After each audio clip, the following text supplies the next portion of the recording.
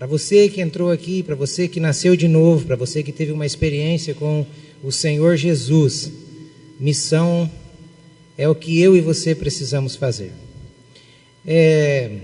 Procurei pegar um texto bem simples, que está no livro do profeta Isaías, capítulo 6, do verso 5 ao verso 8.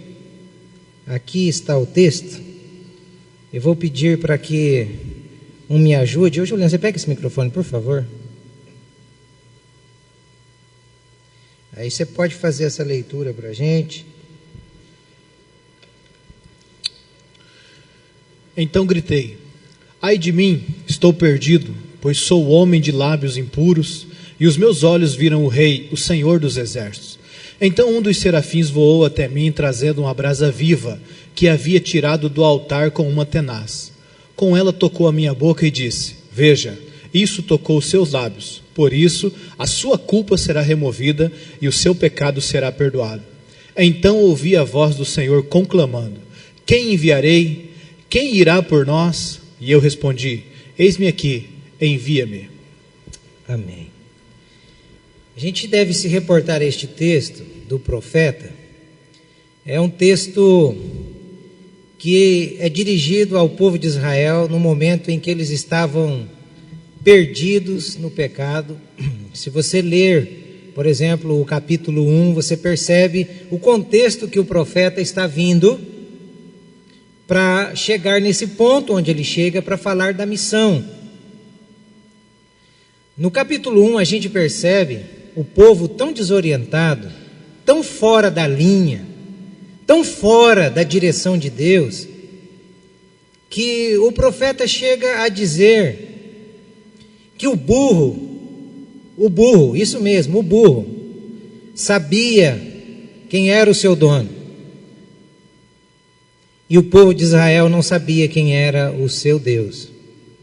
Então, naquela época, ser chamado de burro era até um elogio, de tão sem linha e de tão sem direção que o povo de Israel estava por conta do pecado. E o pecado faz isso no coração do homem. Aquela nação que havia sido chamada por Deus, que havia sido separada por Deus, num certo momento da história, eles se perderam. Eles deixaram o Deus que havia os chamado e começaram a seguir os seus próprios desejos, os seus pensamentos, os desígnios do seu coração. E o profeta, que tem essa figura de trazer Deus para o povo, o sacerdote leva o povo para Deus, o profeta traz Deus para o povo. Deus o chama e ele começa então a trazer uma mensagem de Deus para o povo, nos primeiros capítulos. Mas de repente, quando a gente chega nesse capítulo 6, na leitura destes versos, dos 5 ao 8, você percebe que o foco da mensagem de Deus para o povo é sempre para o arrependimento, é sempre para que o povo voltem aos princípios antigos, às veredas antigas, como o profeta Jeremias menciona, os caminhos antigos.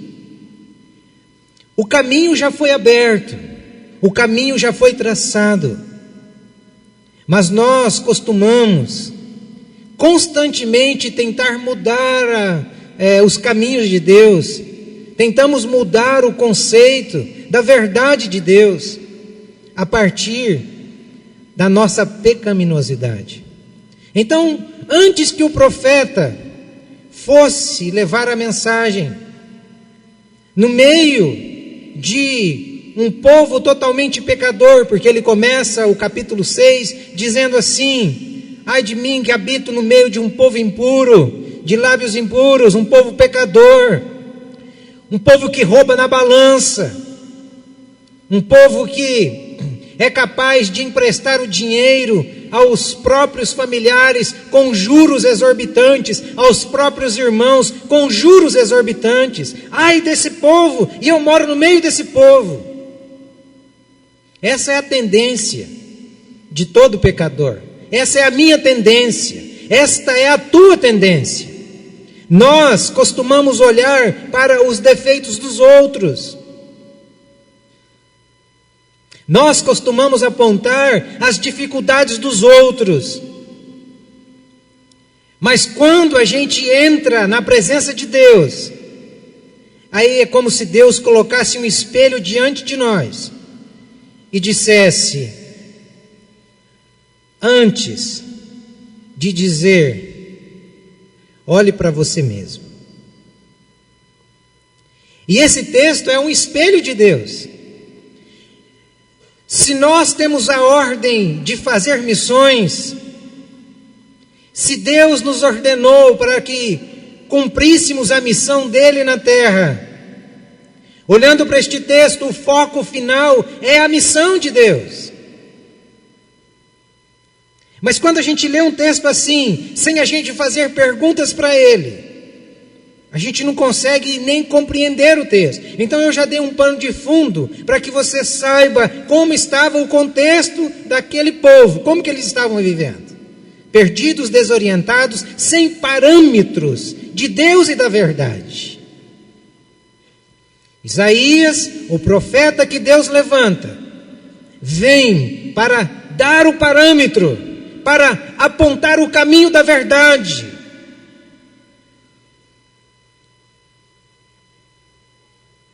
E mostrar o dever, a nossa função no corpo de Cristo. Falar sobre a missão, o desejo de Deus. Então, se missão é tarefa de todos, vamos perceber olhando para o texto, onde começa a missão? Onde começa a missão de Deus? A missão de Deus começa em mim. A missão de Deus começa em você. Antes de nós sairmos para falar, Deus quer falar comigo. Deus quer falar contigo.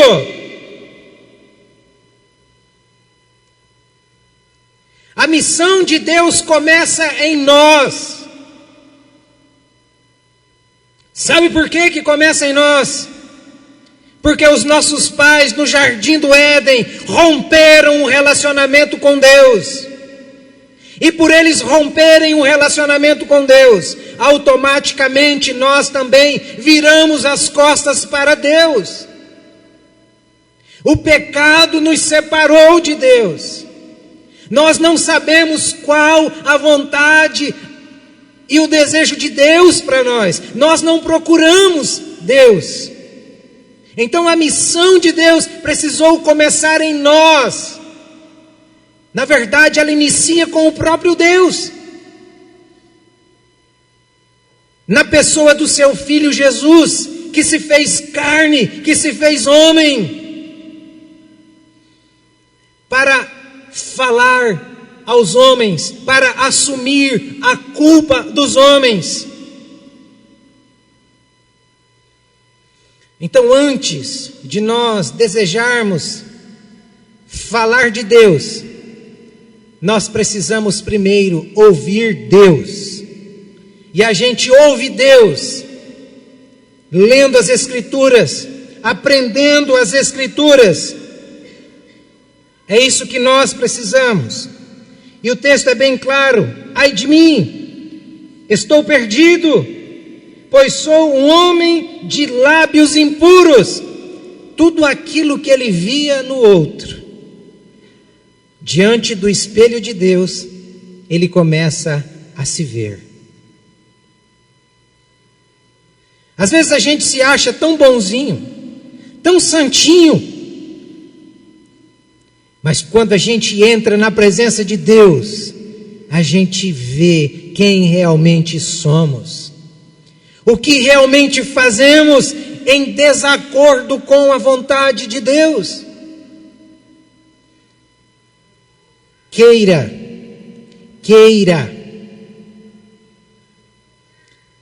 ser o alvo, o objetivo maior da missão de Deus. Queira. Tanto é que a missão de Deus começa em nós, que o próprio Paulo, em uma de suas cartas, chega a mencionar que aquele que começou a boa obra em nós, olha aí, a missão, aquele que começou a boa obra em nós, há de completá-la até o dia de Cristo Jesus. Ninguém aqui está perfeito. Nós só chegaremos à estatura de varão perfeito quando tivermos o nosso corpo transformado em glória. Por isso que a missão começa em nós. Mas enquanto isso, nós podemos anunciar. Enquanto isso, nós devemos abrir o nosso coração, convidando Deus todos os dias para que Ele trabalhe em nós, para que Ele nos modele conforme a sua vontade, conforme o seu desejo, que Ele nos dê um coração sensível, que Ele nos dê, como dizia Davi, um coração ensinável, que o nosso coração seja verdadeiramente, como mencionou o profeta Ezequiel,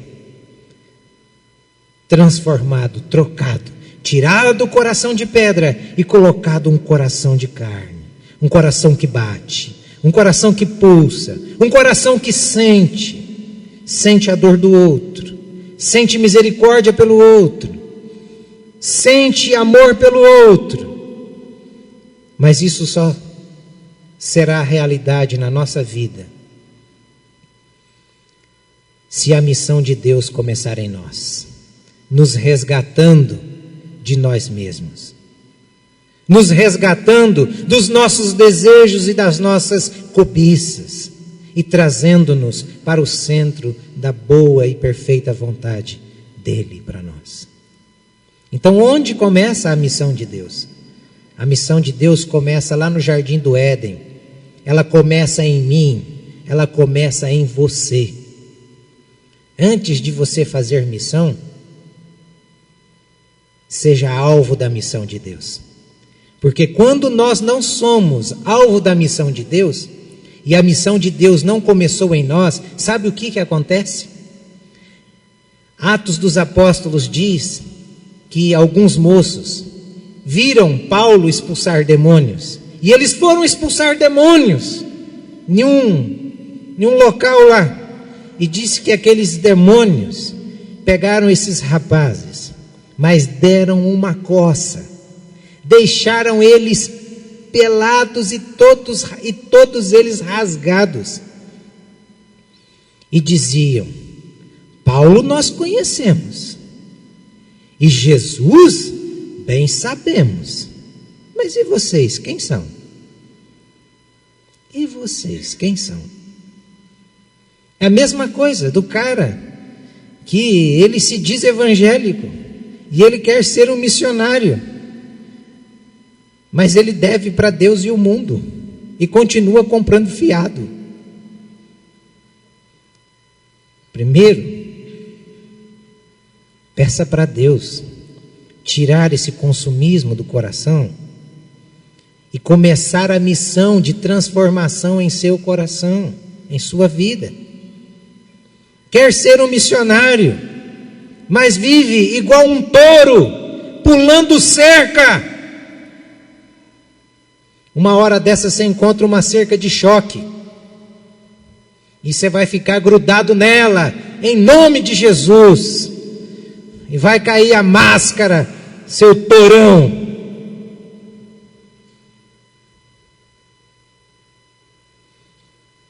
Missão de Deus começa em nós. Precisamos diante dele abrir o coração e dizer: Deus, como Isaías fez, eu sou pecador, ajuda-me a vencer o pecado, Senhor. Transforma-me, Senhor, transforma-me numa imagem que reflita o Senhor. E as pessoas misturem, Senhor, a minha vida com a sua vida, a ponto delas não saberem quem é, se é o Itamar ou se é Jesus ou se é o Itamar. É assim que nós devemos orar. A missão de Deus começa em nós para que isso aconteça em nós. Em segundo lugar, essa pega fogo mesmo. O que acontece quando a missão de Deus acontece em nós? Nós somos transformados, porque a palavra de Deus é tão clara. Quando a pessoa estava perdida e ela é encontrada pelo próprio Deus, ela tem a sua vida transformada, os seus pensamentos, a sua fala, o seu coração. O texto é claro. Enquanto Isaías olhava para o pecado do povo, Deus não começou a missão no coração dele. Mas quando ele tira o olhar do pecado do povo e começa a olhar para Deus, Deus começa a missão no coração dele. E sabe como que a missão começa? Com uma brasa. Você já sentiu o queimado de uma brasa? Eu não sei se o Isaías teve essa sensação, mas automaticamente ele sabia que era uma brasa, porque queimou. Você já viu marcar boi? Sobe aquela fumacinha? Eu não sei se o Isaías sentiu o cheiro da fumacinha.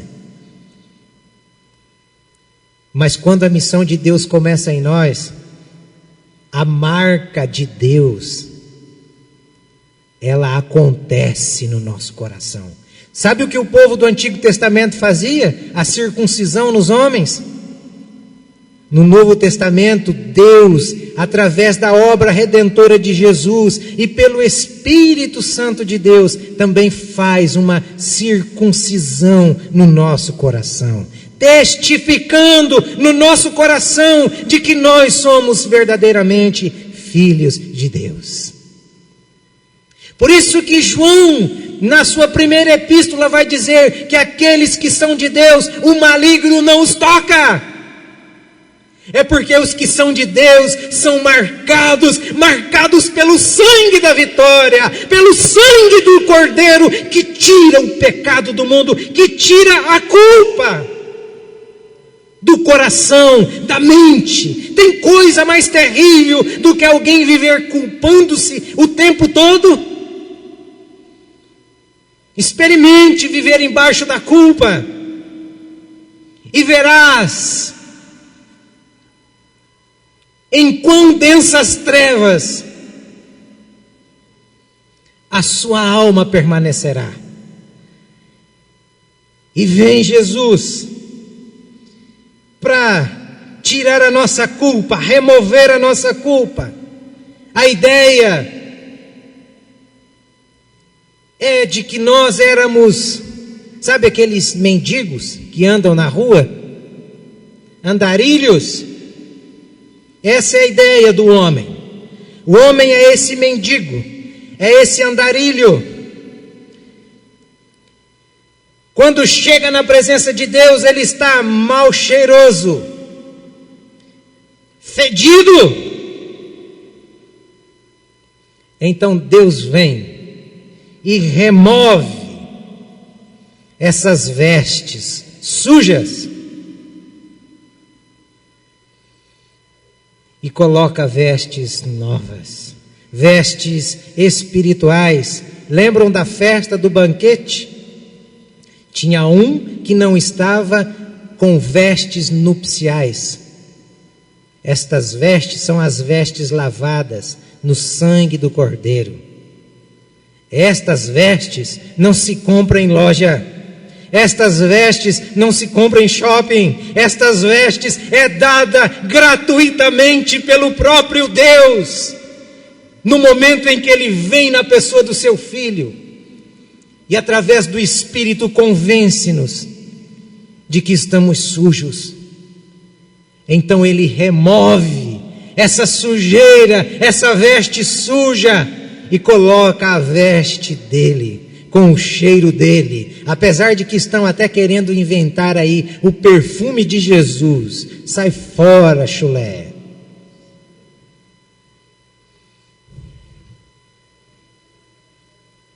Isso é fantástico. Ele não só remove essas vestes, mas ele também perdoa os nossos pecados. A ideia continua que nós ainda permanecemos como andarilhos. Então não vem com essa história de que porque a sua veste foi trocada, você agora é o filhinho do rei intocável. De modo algum, você continua como andarilho, porque é isso que as Escrituras diz. Quando você vai para a 1 de Pedro, ele diz que nós somos peregrinos e forasteiros em terra estranha. Nossa casa não é aqui. Então nós não vamos juntar aqui. Nossas vestes foram trocadas porque nós vamos para nossa casa. Por isso, se tem um local onde nós devemos investir, não é na bolsa. O único patrimônio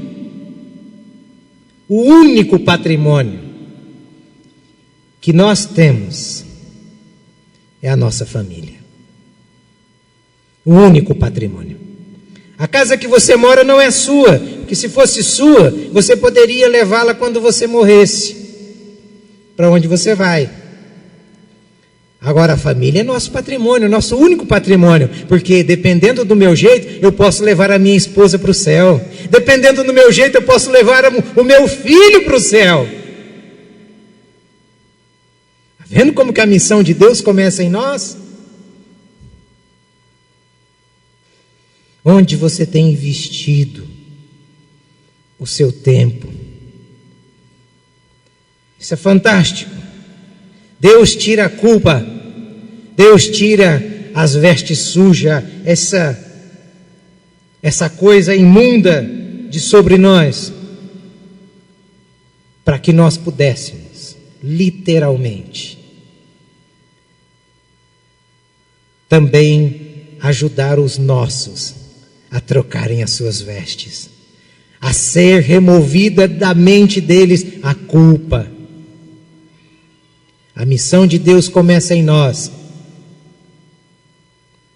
E quando ela começa em nós, transformações são visíveis. E aqueles que estão próximos a nós também vão desejar o Deus que nós servimos. Isso é fantástico. Em terceiro e último lugar, qual o resultado? Se a missão de Deus começa em nós e acontece uma transformação em nosso coração, qual é o resultado? Não tem outro resultado. A gente começa a ouvir o que não ouvíamos. Deus, a palavra de Deus. Nosso coração foi mudado. Os nossos desejos são invertidos. Romanos capítulo 10 diz que não havia um justo nenhum sequer, ninguém que buscava Deus.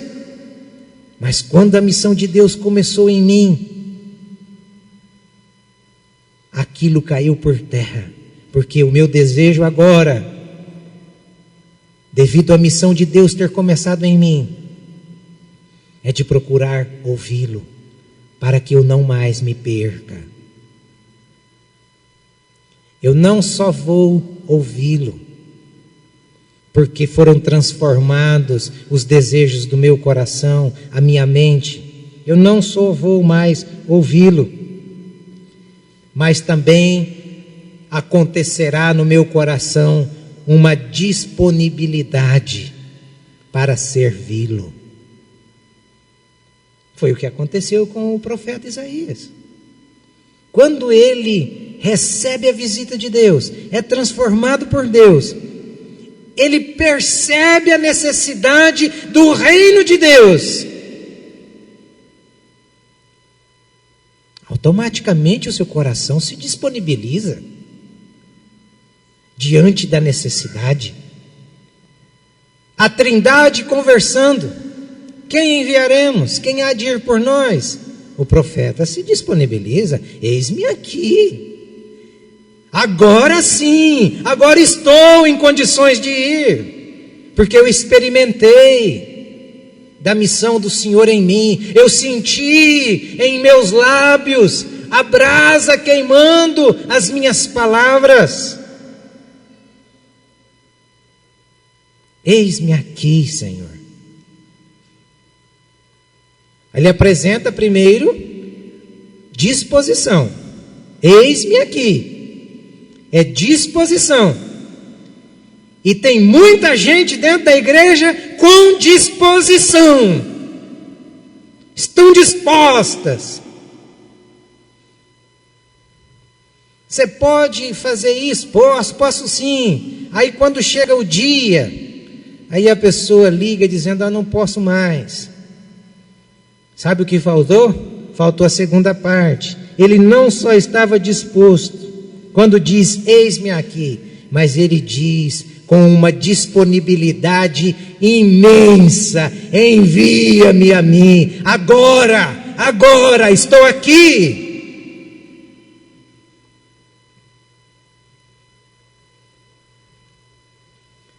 Que coisa fantástica. Esse é o Deus da Bíblia. É o Deus que não precisa de nenhum de nós, mas que resolveu contar conosco. Então nós temos a possibilidade invejável pelos anjos. Os anjos queriam a tarefa que Deus nos deu. Isso é honra.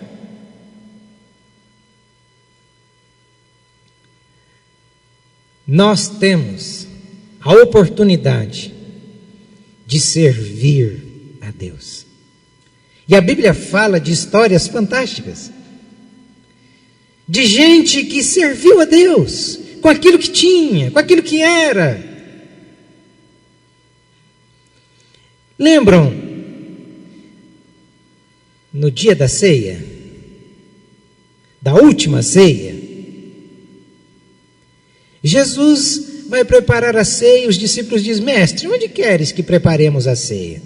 Jesus diz, olha, vai na cidade, chegando, vocês vão encontrar um homem que estará vindo com cântaros, sigam este homem, e vai chegar à casa, e vocês vão conversar com o Senhor daquela casa, dizendo, onde estão os aposentos do nosso Senhor, para que preparemos a ceia. Cara, isso é loucura. Pense, você não conhece, você não sabe o que vai estar, quem que vai estar vindo, e de repente você chega e você vê o homem vindo com cântaro.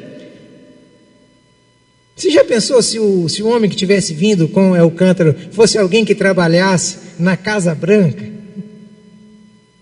E aí chegasse lá diante do Obama e dissesse, olha, nós viemos aqui e queremos um salão oval para a gente preparar a ceia. E diz que os discípulos foram. E eles encontraram um homem, chegaram naquele senhor dono da casa. E sabe o que o dono da casa fez? Disse, não, tranquilo, vamos lá. A sala já está preparada. E diz o texto que a sala estava toda mobiliada. Eu tenho plena convicção de que aquele homem, dono daquela casa, serviu todos os alimentos necessários para que aquela ceia acontecesse. Que pensa num povo que andava quebrado, eram aqueles discípulos. Diferente, né, dos evangélicos de hoje. Crentaiada, não reparte nada com ninguém. Aquele povo andava quebrado. E eles chegam naquela casa. E à noite eles vão desfrutar da ceia. Aquele homem, dono daquela casa, poderia ter dito, eu alugo. Querem a sala? Por quanto tempo vocês querem? Estou cobrando por hora essa semana. Inclusive essa semana eu estou cobrando por hora. Não. Usem. A sala não é minha. O que eu tenho aqui não é meu, é alguém que entendeu o privilégio, a graça de servir ao Senhor com aquilo que é do Senhor. Quer um outro exemplo? Lembra aquele dono do jumentinho? Cara, só os discípulos mesmo para fazer essas coisas. E a gente fica dizendo, esses caras não tinham fé. Rapaz, eu não iria queimar a cara de jeito nenhum. Vai, vocês vão encontrar uma jumenta amarrada do lado, tem um jumentinho. Chega, pega o jumentinho na cara dura. E o dono vai perguntar, mas isso o dono pergunta? Não, diga que é emprestado para o seu senhor. E amanhã ele estará aqui novamente. E dizem que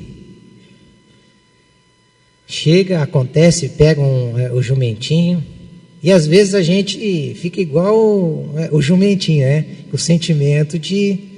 Tem uma historinha até sobre... Acho que é do Rubem Alves. Ele diz que o jumentinho, quando foi levar Jesus entrando em Jerusalém, e via o povo jogando flores, tal, e dizia, Hosana, Hosana nas alturas. Aí o jumentinho, quando chega perto da mãe, ele começa a conversar, porque o jumento fala também, né? Vocês lembram na Bíblia que o jumento falou com Balaão, e eles começam a conversar ali, e daqui a pouco o jumentinho diz, mãe, mas ontem foi meu dia de glamour. Ontem eu entrei na calçada da fama, mamãe. Ah, é, meu filho, mas o que aconteceu? Mãe, eu entrei em Jerusalém e o povo aplaudia, soltavam fogos. E o jumentinho todo feliz, achando que era para ele aquilo. De repente a mãe disse, mas meu filho, quem que você estava carregando? Quem estava sobre você? Ah, mamãe, estava sobre mim um homem que... Depois prenderam ele, mataram e dizem que ele ressuscitou. O tal de Jesus. Meu filho, eles estavam batendo palma, não era para você, meu filho. Era para ele. Não, mamãe, a senhora está equivocada. É um adolescente de hoje, né? Jumentinho adolescente de hoje. Ó, meu filho, para tirar dúvida, vai lá hoje. Entra em Jerusalém. Diz que o jumentinho vai no terceiro dia depois da morte de Cristo.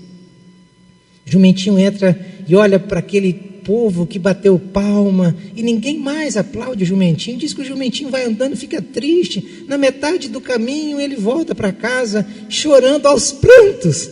Mamãe, ninguém me reconheceu. Eu não te disse, meu filho.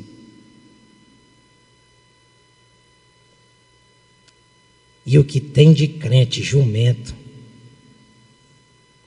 ele ora ali, Deus usa para abençoar, fazer alguma coisa, ele sai achando que ele fez.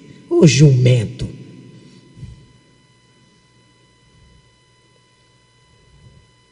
É Deus.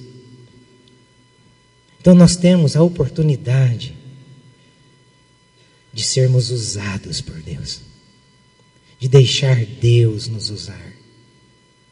Por isso que vale a pena receber a missão de Deus no nosso coração. Sermos transformados pela mensagem, para que através dessa transformação também possamos conduzir outros,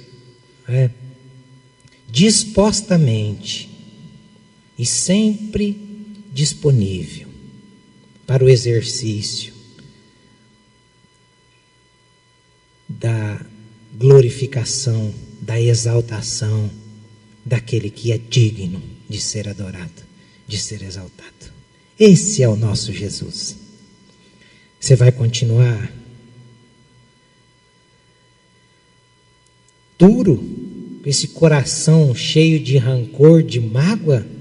Ou hoje você vai pedir, Deus, eu quero ser usável. Eu quero ser usável em suas mãos, Senhor. Transforma a minha vida. Faça igual Pedro. Às vezes Deus quer lavar o seu pé e você não quer. Então ofereça o corpo inteiro. Aí Deus vai, não, meu filho, não é tudo isso também. Você não é tão tranqueira assim. Você pode ser usável. Então vamos nessa noite dizer: Deus, eis-nos aqui, Senhor. Eis-nos aqui. Trabalha no nosso coração. Ajuda-nos a mudar os nossos valores. Nós queremos, Deus, que o Senhor seja visto na nossa vida. E vamos nos comportar como um jumento. Falando de jumento, veio na mente a história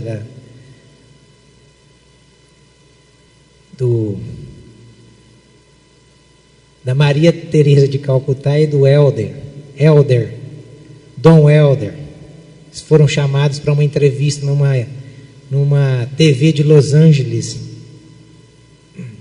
Dizem que quando Madre Teresa de Calcutá chega e ela vê aqueles aparatos, tudo top, e começam a maquiá-la, ela diz que chega para Dom Helder e diz: Dom Helder, eu não estou me sentindo bem. Por que, Madre Teresa? Porque aqui está parecendo que eu vou aparecer mais do que Jesus, e eu não estou me sentindo bem com isso. Aí Dom Helder olha para ela e diz: então ore para que Deus te use como usou aquele jumentinho. Ela disse: mas eu não posso fazer essa oração, Dom Helder. Por que, Madre Teresa? Porque eu não passo de uma jumenta velha. Deus usou foi um jumentinho novo. Não importa a sua idade, não importa as suas condições, saiba de uma coisa: Deus quer te usar. Deus quer te usar.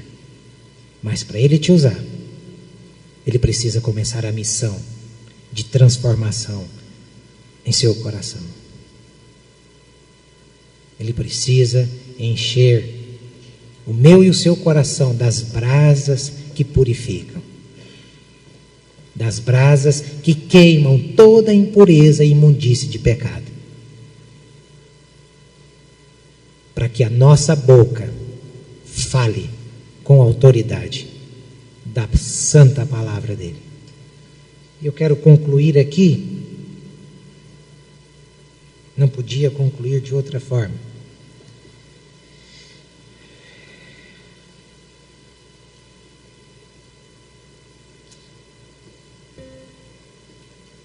Missão, uma ordem para todos. E Jesus deixa muito claro isso em Marcos capítulo 16, verso 15 e verso 16, texto que o Juliano vai ler. Preste atenção nesse texto.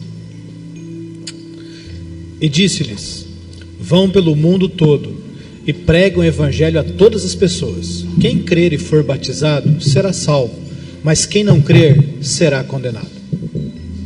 Amém. Eu quero orar com vocês. Se você entrou aqui nessa noite e você reconhece hoje que és um pecador, que está longe de Deus e deseja que a missão de transformação do seu coração, da sua vida, dos seus pensamentos comece hoje em sua vida, você pode reconhecer pelo Espírito de Deus